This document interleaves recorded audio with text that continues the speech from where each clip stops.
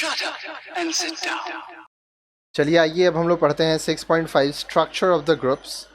The following is the classification of groups depending upon its structure. अब हम लोग पढ़ेंगे कि जो ग्रुप्स है उसको हम लोग उसके स्ट्रक्चर के हिसाब से किस तरह से बांट सकते हैं. Horizontal group. Horizontal group is that organized aggregate of individuals members who interact without giving significance to hierarchy. For example, a group of friends or peer groups. Horizontal group कौन सा हुआ? ये एक ऐसा समूह होता है जिसके सदस्य जो होते हैं वह इस बात को महत्व नहीं देते हैं कि किसका औहदा क्या है. ठीक है, सब एक बराबर रहकर अपने आस लोगों के साथ रहते हैं. जैसे दोस्तों का ग्रुप होता है, आपके जो वर्किंग कलीग्स हैं, पीयर ग्रुप्स जो होते हैं उसमें तो कोई हायरार्की नहीं होता है. Vertical groups. Vertical groups refer to that organized aggregate of individuals और members who interact with a conscious sense of hierarchy. For example, class, caste and bureaucracy.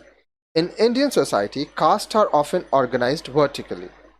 अब देखिए वर्टिकल ग्रुप क्या हुआ.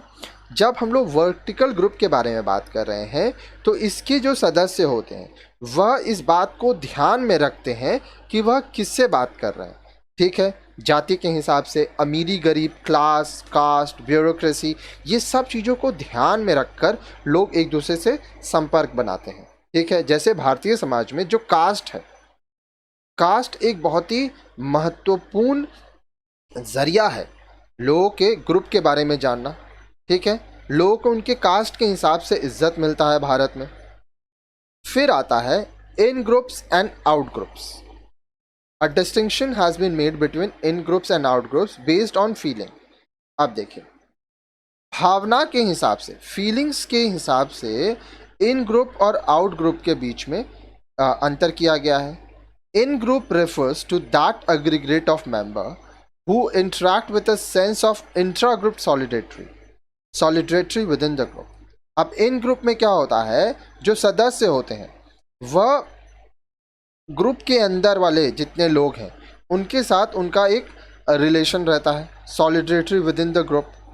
These member possess prejudice and superiority inferiority complex towards several other groups which are called out groups. अब जो इन groups के members होते हैं वो दूसरे ग्रुप्स को उनके सुपरियॉरिटी इन्फियोरिटी कॉम्प्लेक्स से देखते हैं. किसी को अपने से ऊंचा मानते हैं, किसी को अपने से नीचा मानते हैं. तो काफ़ी सारी भावनाएं होती हैं. और जो इनके बाहर वाले लोग हैं इनको आउट ग्रुप्स कहते हैं. तो अगर आप इन ग्रुप में हैं तो आप जिस ग्रुप में नहीं है वो आपके लिए आउट ग्रुप हुआ. देखिए in groups always evaluate out group based on their own culture. अब देखिए अपने संस्कृति के आधार पर जो इन ग्रुप्स वाले हैं वो आउट ग्रुप्स वाले को इवैल्यूएट करते हैं. Therefore superiority and inferiority dimensions occur. इसलिए कौन ऊंचा है कौन नीचा है यह चीज सामने आता है. This consciousness is identified as ethnocentrism. अब यह जो चीज है इसको हम लोग एथनोसेंट्रिज्म कहते हैं. For example, in a village upper caste and lower caste are in group and in them but for another each becomes an out group. In general sense in groups are called we group and out groups are known as they group. उदाहरण के लिए एक गांव है जिसमें upper caste है, lower caste है. ठीक है, तो ये इन ग्रुप्स में है, लेकिन एक दूसरे के लिए वहाँ पर आउट ग्रुप है. तो हम लोग कह सकते हैं अब इन ग्रुप जो होता है उसको हम लोग वी ग्रुप कहते हैं, मतलब हमारा समूह. और आउट ग्रुप मतलब दे ग्रुप, उनका समूह. जैसे अपर कास्ट का एक इन ग्रुप होगा, लोअर कास्ट अपर कास्ट के लिए आउट ग्रुप है. ठीक है, तो ध्यान से समझिए. अगर आप अपर कास्ट में हैं तो आपका अपर कास्ट हो गया इन ग्रुप और लोअर कास्ट हो गया आउट ग्रुप. अगर आप लोअर कास्ट के हैं तो लोअर कास्ट आपका हो गया इन ग्रुप और अपर कास्ट हो गया out group. Thus, two groups differ based on feelings. तो इसलिए भावनाओं के आधार पर, फीलिंग्स के आधार पर भी समूह बांटे गए हैं.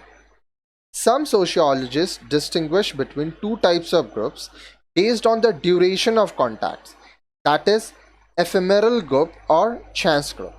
For example, a person who meets at a bus stop is an ephemeral group, and the enduring group is one which continues for a longer period. For example, the peer group.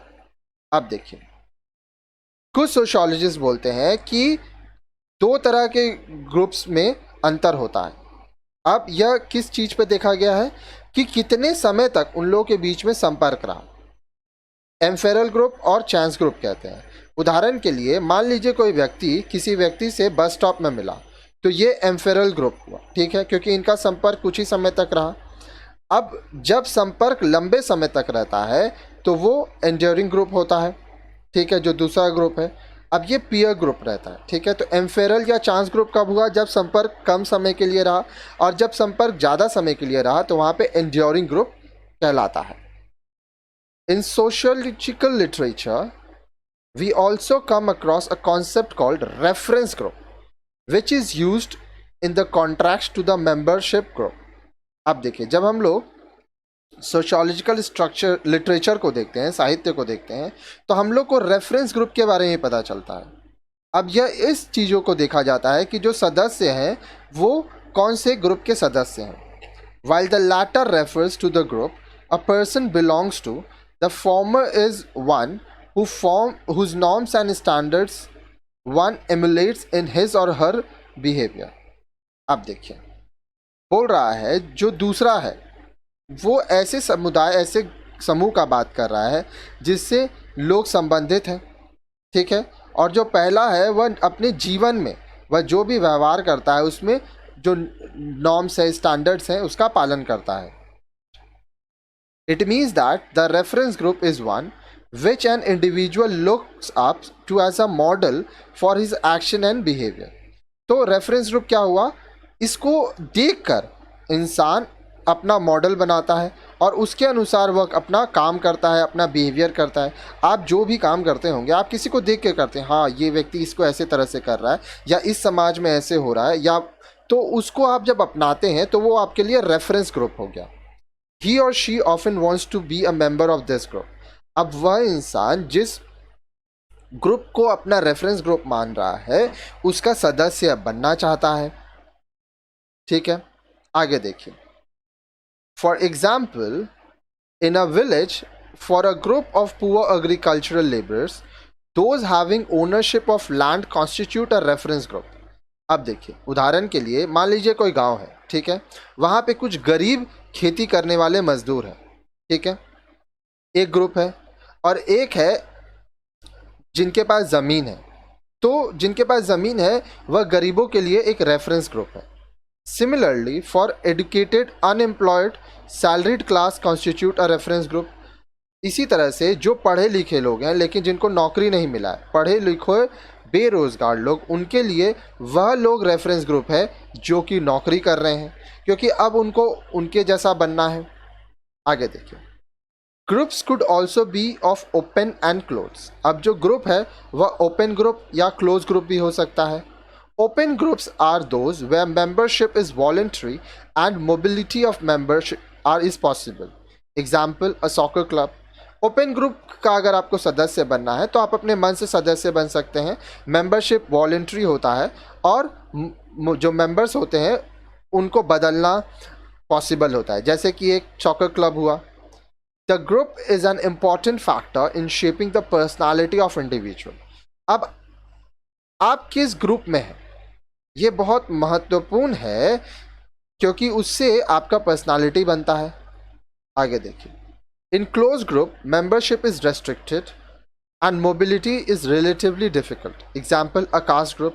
अब जहाँ close group होता है वहाँ पे जो membership है वो restricted है, सब उसके सदस्य नहीं बन सकते हैं और इसके जो सदस्य हैं उनको बदलना मुश्किल है. जैसे कि कास्ट, अगर मान लीजिए आप हिंदू हैं और आप मुस्लिम बनना चाहते हैं, या आप मुस्लिम हैं या तो आप हिंदू बनना चाहते हैं, तो यह बहुत मुश्किल है, रेस्ट्रिक्टेड है, ठीक है. वैसे आप चाहें तो आपका इच्छा है तो कानून है उससे आप बदल सकते हैं, लेकिन यह जनरली देखा नहीं गया है, ठीक है. आगे देखिए, नेक्स्ट जो वीडियो है उसमें आप पढ़ेंगे difference between group and society.